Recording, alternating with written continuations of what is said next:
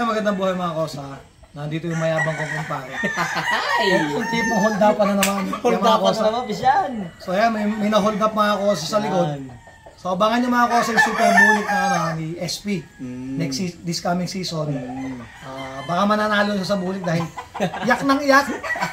Iyak ng iyak sa kanyang hindi daw siya manalo sa bulik. Alam niyo mga pisan, siyempre ako pumasok na ako pare sa mundo nung kumbaga tinetesting na natin yung mga linyado nung mga sayang lang, may mga pagkakataon na para atin na sana, 4 point, 4-1, 3-1. Yung nakakaisa sa atin, bulik, every time na tatalunin ako ng bulik, sabi ko, puta, kailangan ko si pare talaga. So, di kasi mga pisan, itong mga hiram ko sa kanya, doon nasa Agoncillo pa kami, hindi pa kami magkaaway. Nakita ko na talaga, nandun pa si RJ Oo, sige yan. Shoutout kay pare RJ. Kay pare RJ, nandun pa si RJ. Nakikita ko na talaga yung galawan. Kaso talaga, hindi ako mahilig talaga sa bulik. Pare, that time, pinipilit nga ako ni pare magbulik ka. Di ko pa trip nun. Ngayong pumasok na tayo sa labanan. Ang naging advice sa akin ng ibang mga veterano, siyempre nagtatanong ko, hindi pala sapat pare na pangulay lang na panggalit. Oo. Dapat pala. Tsaka ako ipapangulay mo lang. Gano'n. Kasi bully ko dito, inaagaw-agaw kahit pa paano. Tapos pangungulay mo lang. Ang sakit mga ako sa bangs pag gano'n Pagka sinabi ko pero pangulay. Hindi, wala. Di pwede. Hindi. Mga pisan, i-main ko to. Kasi tinatanong ko din sa kanya. Siyempre siya ang kumbaga. Meron nga dito, tinanong sa akin ay ko pare 9 years old. Ibig sabihin, sa haba na naging sistema nila nung kasama niya yung super bullet niya, alam na niya yung sistema kung saan niya halo. May mga ganun naman tayong pulit ng pare. At saka pare talaga naglalaban tayo. So, isa ka sa saksi kahit hindi pa nakasubok mga kosa. Yes, mga pisan. Ako talaga, laban po talaga ako. Alam ni SP, sa pool, nagkilala kami talaga mga kosa na fighter talaga ako mga kosa. Nagbibreed ako, hindi para magbenta. Yes. Nagbibreed ako dati para lumaban kasi fighter po talaga ako. So ngayon na lang talaga ako nagbenta mga 3 taon na. Ginaya ko si SP noon sa pahulugan system niya. So hindi lang naman ako nanggaya. Siya nga nagsabi noon walang masamang manggaya kaya puta pag sinabi mo. Ay mga pisan, napakaganda nang naulit niya yung pahulugan. Highly recommended. Ang maganda pa dito sa kanya, sobrang maximize mo parang ngayon ng bulik, no? Bulik. 70 to 80% mga kosa, super bulik talaga ang natin. At nagpapanalo tsaka mga kosa, magaling talaga. Hindi sila gwapo kaya nga sabi ko, kayo na ang gwapo. Diba? Basta sa atin ang dating. Sapat yung pogi tayo. Kasi pwede na din. Pwede na. Yung mga kosa, at abangan nyo kay Siyempre KSP dahil to, although kami, basta maraming bata. Mamaya magkangat-ngatan, mamaya magkayakapan, ulang na lang maghalikan kami nito. Hindi, pero ito pala ang pasensya ko lang sa mga pisa natin. Yung bulik na mga anak, yung unang first ball natin yan, ikaw gagamitin ko muna.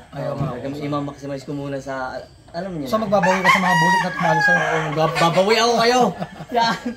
Kilala siyempre ako ng mga nakakasagupa natin. Puta si SP, tinalo ko lang yan Ayun, so babawi na ako sa SP siyempre sa mga bulik na tumalo sa kanya. At syempre, ulit yung mga sa open pa yung pahulugan system natin dahil limited lang.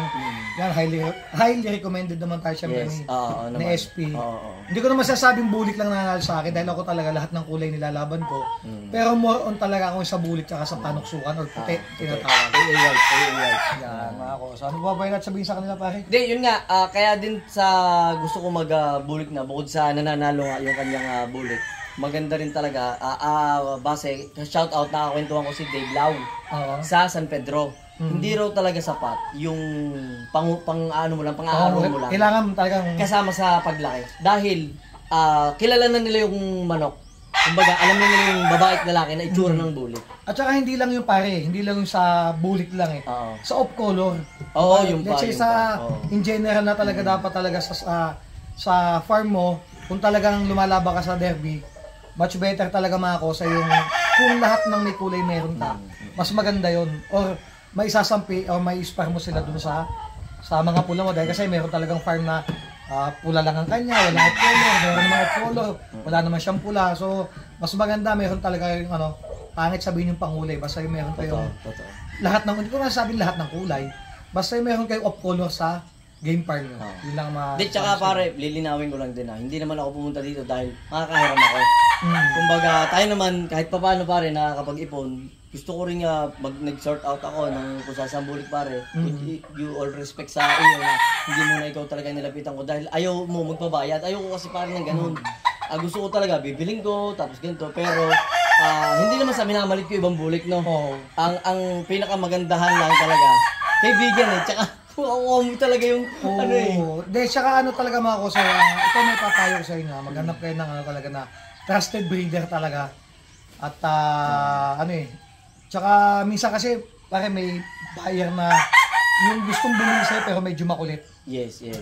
Kung talaga kayo, gusto nyo yung taong bibilhan ng mga kosa, magtiwala kayo. Diba? Pagtiwala nyo, kung anong sinabi niya, pwede nyo naman sundin.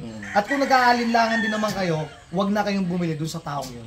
Maghanap na lang kayo na ibang bibilang kasi para sa akin yung pagiging yung kailangan talaga tapat din tayo, breeder talaga na tsaka sa amin, bibilan mo. Tama. Malaking puntos yun. Tsaka sa amin po, pumunta kayo dito, wala kayong magustuhan sa akin, wala magustuhan. Okay lang umalis kayo nung wala kayong gusto. Ang hirap kasi nung bumili lang ako kasi nahiya ako. Baka magalit. Yung po open. Ito nga, maganda pa dito, open box Open. Sa akin, open din naman ako kaso sobrang dami ko talaga marking. Nakita naman Kaya, sobrang dami marking. Kaya maganda yung mga pisan. Ito, sa magiging anak po nito, ayan, pasensya na po sa mga sa akin muna kayo bumili bago sa kanya, magkabuli ka. Pagbulik talaga, may siya pagdadamot ko po muna. At maglalaban si SP, tsaka alam mo ako sa isang nakakataba ng puso, hindi naman dahil nagbobulahan lang kami dalawa. Kasi yung SP na pangalan, mga kos, nakatatak na yan. Yung ba naman? Diba? Tatanda kami kasi katulad ni may Joey C, may ganito, may ganyan. So nakaukit na yung pangalan na yun So tatanda din tayo, tatanda din kami. No, ang mangyari naman ko kasi yung SP nakasulat na kumbaga dadating yung magiging legend na rin yan. At ang nakakatuwa doon mga kosa, ang dami mga sikat na breeder dyan, may mga bulik, so wag natin mention kung sino-sino. Hindi naman to hipo to. Kumbaga pwede naman itong bumayad at bumabayad naman talaga. May pinuntahan siya, bade talagang iba yung bulik mo. Nakakataba ng puso mga kosa na hindi porkit ganito nangyari sa amin. Kasi ganun lang yun, hindi. Nakakataba ng puso kasi nilapitan ka na kaibigan mo na bade, iba yung bulik mo. Iba yung bulik mo doon sa napuntahan ko. Tsaka real talk pare. Off-cam, nagchat-chat naman ako pare. Kailangan talaga kita. Totoo yun mga kosa. Talo ko ng bulik, pare. Kailangan ko bulik mo. Yun ang nakakatuwa din. Kasi ito sa totoo lang, hindi naman ako nito kailangan. Kung tutusin dahil syempre, pag may pera ka na, pag may pera na, pwede ka nang bumili kung kanino. Million plus, magkano? O kung sabihin na 200,000, sige, basta super yan, okay, hindi. Ang nakakatuwa doon, nandito siya sa akin ngayon. Dahil diba, small time lang naman ako kahit pa paano. Small time? Hindi, boss ko talaga. Small time lang ako. Siyempre nakita mo to na sobrang taas ng inangat niya. At nakakatuwa. Ako ito, nandito pa din tayo sa sa humble lang mga pisan. Sa mababa Malay mo, makita niyo yung billboard ko nandito pala sa kanto. Sa kanto ng babayan. Di ba naman ka? LDI, baka naman. LDI, baka naman. May saldo pa, baka naman. Kung walang kukuha sa akin, battle cut, baka naman. Papatusin ko na kayong lahat. Tama ko sa. So, pare, pwede natin putulin to. Nakakatuwa lang mga tayo. Pisan, kami ang haba ng usapan namin off-cam, kaya lang talaga may kailangan ng ayusin sa farm. Marami mahaba pa naman pagsasamahan natin at marami pa kayong maabangan na yabangan namin ito. Hindi, tunay. Yung kayabangan namin mga kusa, huwag kayo mauumay. Yung mga nagagalit sa amin, huwag na kayo manood dahil di na kayo magalit. Oo nga, swipe up na lang. Oo, pag nakita nyo si SP at saka si Kakosa, wag na, yan na, skip na. Mayabang yun. Oo, mayabang naman yung mga, yung mga natutuwa na lang sa amin, maraming salamat sa inyo. Yan, nga pala yun. Salamat po sa lahat nung mula't simula hanggang sa kung anong nangyari sa amin, kung ano kami ngayon, nandiyan pa rin kayo. Na nakasubaybay sa amin. Nakasubaybay. Pero nakakataba lang ng mga puso, yung mga sinasabi nyo na solid pa rin yung samahan. Totoo naman po yun. Walang halong plastikan to mga kosa. Yun ang totoo niya, walang halo. Dahil yung mga hinanaing namin sa isa't isa, nasabi na namin sa isa't isa. Nasabi na namin kumbaga okay na kami. Kaya kung magbergahan kami nito sa harap ng camera at sa likod ng camera. Masanay na kayo dahil ganun talaga kami. Lagi kami alam mo, pusa. Ganun kami ito eh. Hindi ganun, dapat ganito. Mali yun, dapat ganyan. Ganun kami kasi talagang kami. Mayabang. Sobrang kami sa close. Kaya shout out sa mga tropa. At maraming salamat sa inyo at God bless. Salamat mga pisan. Kita-kits sa mga susunod nating episode. Alright?